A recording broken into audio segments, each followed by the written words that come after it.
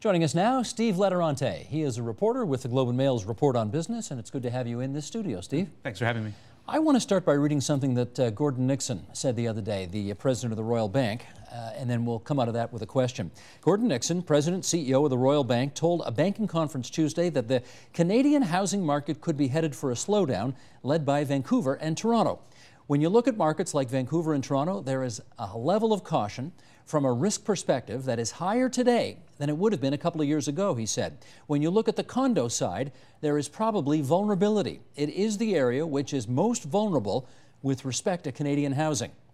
Now, I guess, you know, when a big bank CEO says something like that, people pay attention. However, you look in the skies in this city, there are cranes everywhere. This market looks hot, is it not? It's still very hot. I mean, people are building condos. They're taking out sites to build more condos beyond that.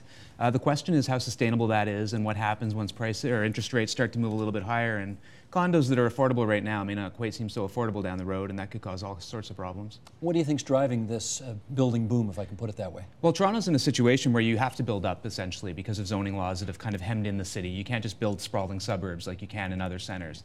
And that's, you know, caused developers to build, up, and they're just going to keep going because there's nowhere else for them to go. I want to know who's buying these places, because the suspicion is that it's not people who actually live here, but that the money's coming from offshore. What's the truth? That's right. I think that's one of the greatest myths in Canadian real estate, because Canada doesn't keep statistics on who's actually buying properties in Canada. There's no way for us to know that Chinese investors are often cited, Asian money coming in. We don't know that. So the idea that there's a floor under our condo prices because of these investors is possibly flawed, because there's no way to know. There's just absolutely no statistics in Canada. Why don't they keep them? That'd be good to know. That's a great question. And the United States does it very well, and they pump those stats out every month. They send them to Canada and say, why aren't you buying here? Look, all your friends are. We have stats, right?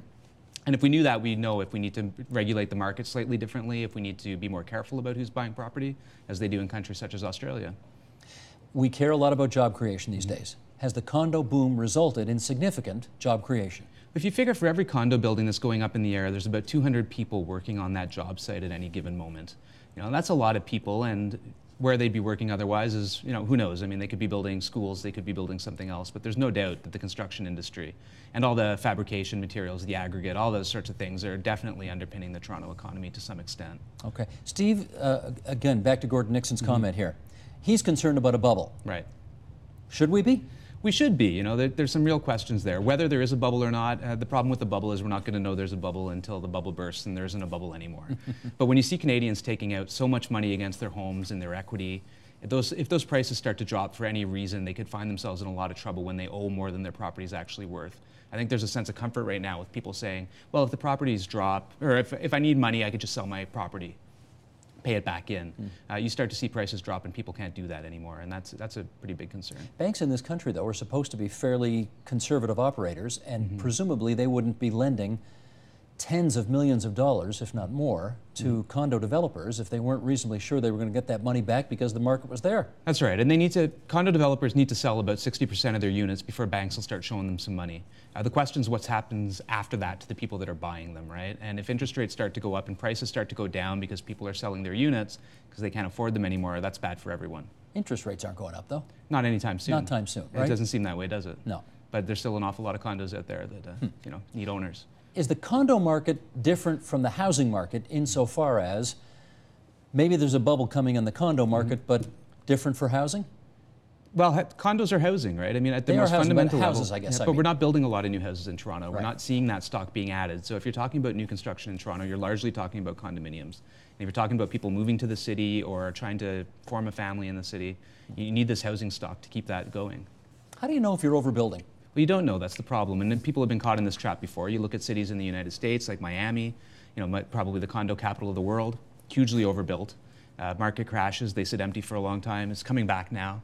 But they didn't know they were overbuilt until you know, condo builders will build, right? That's what they want to do. That's how they make their money. That's how they make their money. And I think 50 yards from this studio.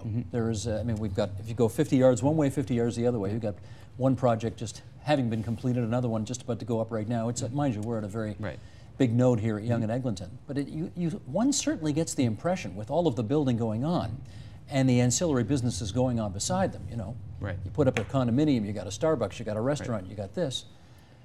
that everybody feels pretty good about this right now. I mean, based on your reporting, does Right. it not look pretty solid? Yes, it does look pretty solid, but again, the concerns are what happens a little further down the road, right? Right now, everything's okay. But interest rates will go up someday. They will not stay here forever, and people are paying $600,000 for a small 2-bedroom condo in Toronto. Whether or not you think those prices are sustainable has a lot to do with job creation, has a lot to do with the broader economy. You talked about Florida, and the problem in Florida, I guess, is that a lot of the units down there are underwater. That's right. Anything here underwater or close to that? No, you haven't seen big price drops in Canada because that's just not the way this market has worked so far. Right now, prices have been going up year over year since the recession. And we did see prices drop here before. They dropped about 15% going into the recession, and there wasn't widespread Armageddon, and things did come back. But it's the slow drop of prices that would be troublesome for the banks because they're worried about what happens to that lending they did when things were good. Let's put one statistic on the table here. How many condo cranes in the air right now in this city? About 120 projects right now. And 120 would put Toronto number one in all of North America. All of North America. I think the only city that's building more condos right now is Houston. And New York is half as many. New York is half as many, yes. I mean, that's astonishing that Toronto's building twice as many condos as New York. Right, and that's the Canadian real estate story, isn't it? Because that's been the case in housing. It's been much stronger than what you've seen in the States.